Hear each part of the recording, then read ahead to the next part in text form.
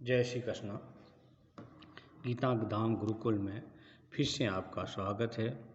और पाठ नंबर दूसरा आगे के जो मैंने आपको पढ़ाया कब क्यों कहाँ कैसे, इस पाठ का अगला चैप्टर जो आज से पढ़ाया उसमें था कि गंगा और इसकी सहायक नदियाँ का कैसे पता लगाएंगे, वो मैंने आपको कल बता दिया था। किस प्रकार से कहाँ कहाँ है वो मैंने बता दिया था। आज लोग यात्रा क्यों करते हैं। देखिए, आज के युग में या पहले भी यात्रा क्यों करते थे, आज भी क्यों करते थे। तो सबसे पहले इसलिए करते हैं कि एक तो प्यार के लिए, किसी काम के लिए या पढ़ने के लिए और अलग अलग वर्क करने के लिए, ठीक है ना, इसलिए वो यात्रा करते हैं।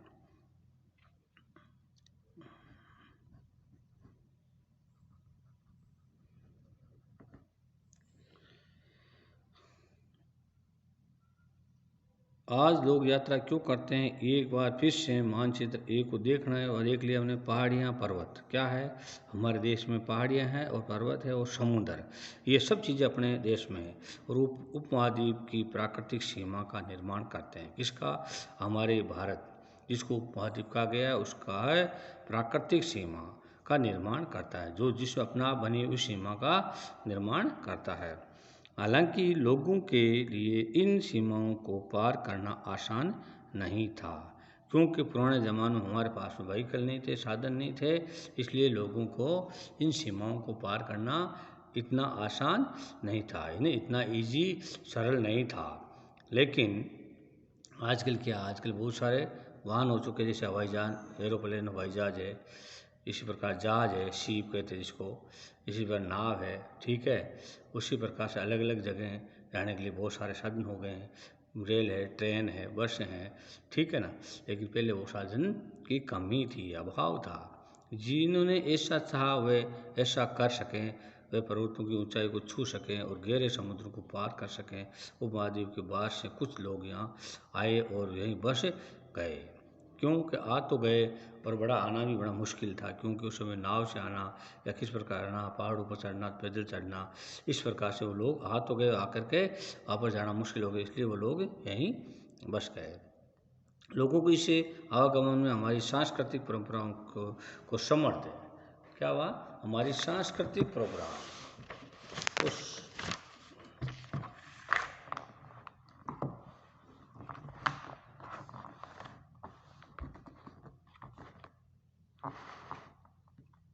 हमारी सांस्कृतिक परंपरा समृद्ध किया और कई 100 वर्षों से लोग पत्र को त्रासने और संगीत रचने और यहाँ तक कि भोजन बनाने के लिए नए तरीकों के बारे में एक दूसरे के विचारों को अपनाते रहे। क्या करते रहे, एक दूसरे के विचारों को अपनाते रहे।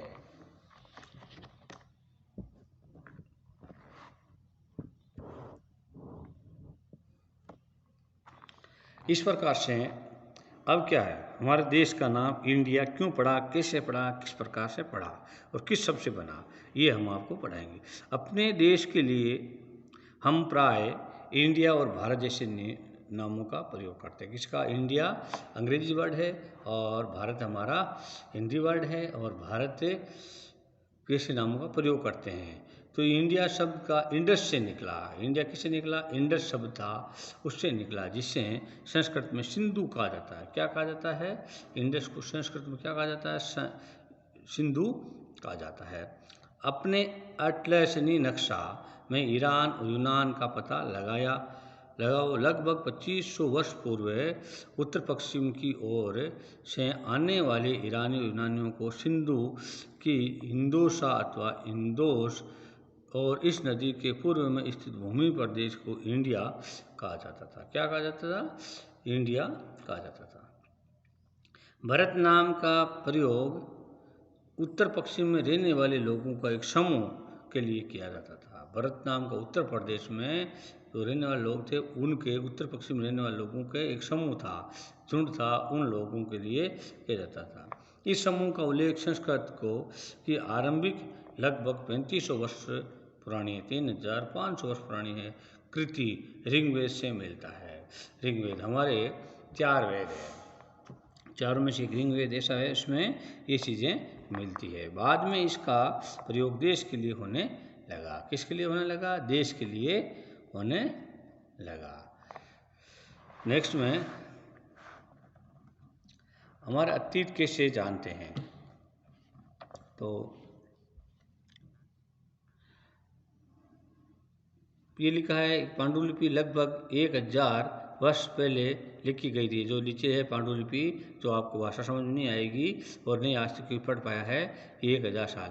किताब बनाने के लिए ताड़ के पत्तों को काट कर उनके अलग अलग हिस्सों को अलग एक साथ बांध दिया जाता था और बुरज पेड़ को छाल से बनी ऐसी ही एक पांडुलिपि को तुम यहाँ देख सकते हो। ये पांडुलिपि जो बुर्ज के पेड़ के छाल से बनी हुई है। अब हाँ, अतीत के बारे में किसे जाने? अतीत की जानकारी हमें कई तरह से प्राप्त कर सकते हैं। इनमें से एक तरीका अतीत में लिखी गई पुस्तक को ढूंढना। क्या? अतीत के में लिखी गई पुस्तक को ढूंढना और पढ़ना है। ये पुस्तक हाथ से लिखी होने के कारण पांडुलिपि कही जाती है। पांडुलिपि किसे कहते हैं? जो हाथ से लिखी गई चीज़ों को क्या कहते हैं? पांडुलिपि कहा जाती है। और इन पुस्तकों को पढ़ना बहुत ही ज़रूरी है। पुराने शास्त्रों को पढ़ना बहुत ज़रूरी है, तभी तो हमें हमारे अतीत के बारे में, हमारे बुजुर्गों के बारे में, हमारे पुराने समाज के बारे में पता पड़ेगा। अंग्रेजी में पांडुलिपि के लिए प्रयुक्त होने वाला मैन्यूस्क्रिप्ट शब्द लैटिन शब्द के मेनू, जिसका अर्थ हाथ है। क्या है? जिसका हाथ है। मेनू मतलब क्या है? हाथ है। किसमें? लैटिन शब्द है, और लैटिन शब्द इसका हाथ क्या आता है? लैटिन शब्द मेन्यू है, और मेन्यू से मैन्यूस्क्रिप्ट बना है, और मेन्यू का लैटिन हिंदी शब्द क्या है? हाथ है। हाथ है से निकला है, हाथ है से निकला, ये पूरा अर्थ है। ये पांडुलिपियाँ प्राय ताड़ पत्रों अतः हिमालय क्षेत्र से उगने वाले बुर्ज नामक पेड़ की छाल से विशेष तरीके से तैयार भोजपत्र पर लिखी मिलती है। देखिए, ये हमारे और कहीं नहीं मिलती है, हमारे देश में हिमालय। तो ये पांडुलिपियाँ क्या है? ताड़ पत्थर एक बहुत बड़ा पेड़ होता है उसमें, और हिमालय के क्षेत्र में उगने वाले बुर्ज नाम के पेड़ की छाल। एक बुर्ज नाम का पेड़ है जिसको भोजपत्र भी हम कहते हैं। दूसरा नाम क्या हो गया उसका? भोजपत्र। और की छाल है, इसी तरीके से तैयार किए भोजपत्र पर लिखा जाता है। पतला पेपर की तरह वो होता है। आगे देखिए, इस प्रकार से नेक्स्ट में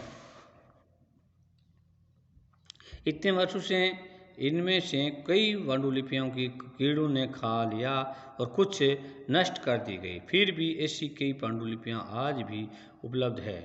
प्राय ये पांडुलिपियां मंदिरों और विहारों में प्राप्त होती है। पांडुलिपि कहाँ से प्राप्त होती है? मंदिरों या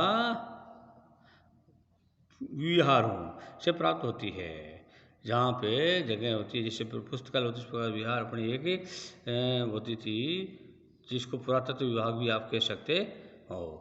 इन पुस्तकों में धार्मिक मान्यताओं और व्यवहारों, राजाओं के जीवन, इसमें क्या है? धार्मिक मान्यता, व्यवहार है, राजाओं के जीवन, वस्तुओं और विज्ञान आदि सभी प्रकार के विषयों की चर्चा मिलती है। सभी प्रकार के विषयों की क्या मिलती है?